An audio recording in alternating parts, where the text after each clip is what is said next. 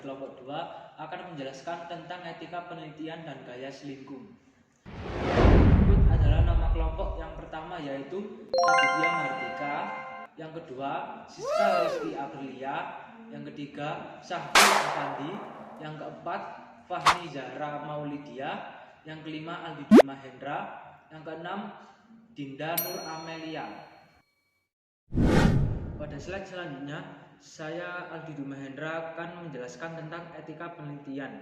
Menurut para pakar etik di Universitas Minnesota, etika penelitian adalah pedoman etika untuk melakukan penelitian secara bertanggung jawab. Selain itu, etika penelitian mendidik dan memantau para peneliti untuk memastikan bahwa mereka bekerja dengan standar etik yang tinggi. Ada banyak orang yang mengira bahwa etik penelitian atau research etik identik dengan masalah yang terdapat dalam perlindungan keselamatan pada subjek manusia yang berpartisipasi dalam penelitian kesehatan. Memang ini merupakan masalah yang sangat penting, tetapi sebenarnya lingkungan etika penelitian adalah jauh lebih luas dari itu. Dengan berkembangnya kegiatan penelitian di Indonesia, telah menjadi kenyataan di lapangan bahwa masalah etika penelitian makin hari makin mencuat. Siska Rizky Aprilia akan melanjutkan penjelasan tentang etika penelitian. Timbulnya tuntutan hukum dapat merusak hubungan antar peneliti yang semakin menjadi kenyataan dewasa ini. Hal negatif dalam penelitian ini telah marak dilakukan oleh mahasiswa sejak masih duduk di bangku perkuliahan. Oleh karena itu, masalah IP ini perlu dibahas dan dikaji secara mendalam sehingga dapat dihindarkan dampak negatif yang akan merugikan masyarakat, peneliti, dan subjek manusia dalam penelitian tersebut.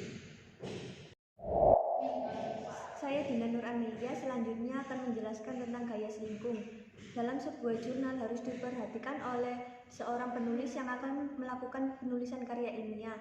Hal tersebut berpengaruh terhadap sistem publikasi yang akan dituju. Seorang penulis harus terlebih dahulu mempelajari tentang karya selingkuh jurnal yang menjadi sasaran publikasinya. Agar tidak mengalami kebingungan dalam memilih gaya selingkuh, seorang penulis yang cerdas harus melakukan kegiatan pra-penulisan yang berupa menelaah pedoman penulisan yang berdasarkan gaya selingkuh instansi, menelaah topik-topik aktual dan relevan, dan dengan visi misi instansi atau jurnal tertentu, dan menelaah contoh-contoh karya ilmiah yang telah dipublikasikan melalui instansi. Kegiatan pra-penulisan tersebut penting dilakukan untuk menghindari penolakan publikasi karena alasan sistematika. Nama saya Aditya Mardika. Saya akan melanjutkan penjelasan tentang gaya selingkuh. Dalam buku yang berjudul Menulis Karya Ilmiah ciptaan Thalmann pada 2014 menjelaskan bahwasanya gaya selingkuh jurnal adalah gaya khas suatu jurnal yang bersifat konsisten, mencakup gaya penulisan dan format yang tercantum dalam pedoman penulisan jurnal tersebut. Penetapan kaidah selingkuh dalam jurnal ilmiah bertujuan untuk menjaga keseragaman dan ciri khas dari suatu jurnal. Pada intinya, dalam penulisan sebuah jurnal, gaya selingkuh merupakan sebuah identitas, bergantung pada dari mana kita akan menulis jurnal, untuk siapa dan diterbitkan oleh siapa. Selanjutnya adalah contoh jurnal yang diterbitkan oleh Retorika, jurnal bahasa sastra dan pengajarannya. Di dalam jurnal tersebut terdapat sebuah persyaratan tertentu diterbitkan. Dijelaskan bahwa judul maksimal 12 kata, berkapitalisasi dan dicetak tebal. 2. Identitas, nama penulis tanpa gelar, instansi dan alamat email. 3. Abstrak, ditulis dalam 80-100 kata, ditulis dalam spasi 1 dan dari 3 sampai kata kunci. Dan juga persyaratan yang lainnya. Jurnal Retorika merupakan jurnal yang berasal dari Fakultas Bahasa dan Sastra Universitas Negeri Makassar.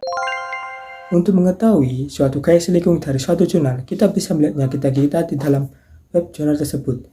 Kita bisa melihatnya di bagian kanan ataupun di bagian bawah dari jurnal tersebut. Biasanya keterangannya akan bertuliskan template atau artikel template atau sejenisnya. Setelah itu kita download, lalu tunggu beberapa saat, akhirnya kita bisa mengetahui dan memahami suatu gaya selingkuh dari jurnal yang kita cari.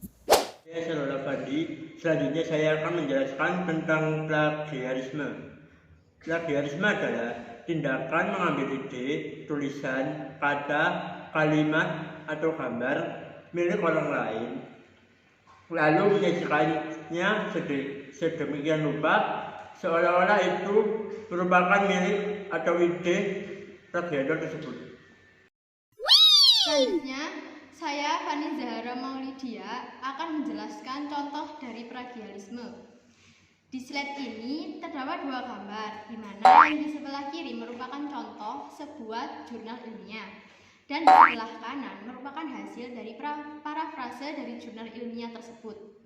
Bisa kita lihat bahwa masih banyak kalimat yang terdeteksi plagiarisme. Lalu, di slide selanjutnya merupakan hasil rangkuman yang telah diparafrase dan diubah perkataannya dengan penyebutan yang berbeda, tetapi memiliki makna yang sama.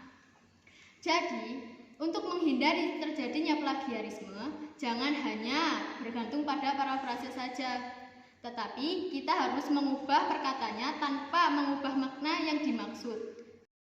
Sekian presentasi dari kelompok kami. Apabila ada salah kata, mohon dimaafkan. Terima kasih. Wassalamualaikum warahmatullahi wabarakatuh.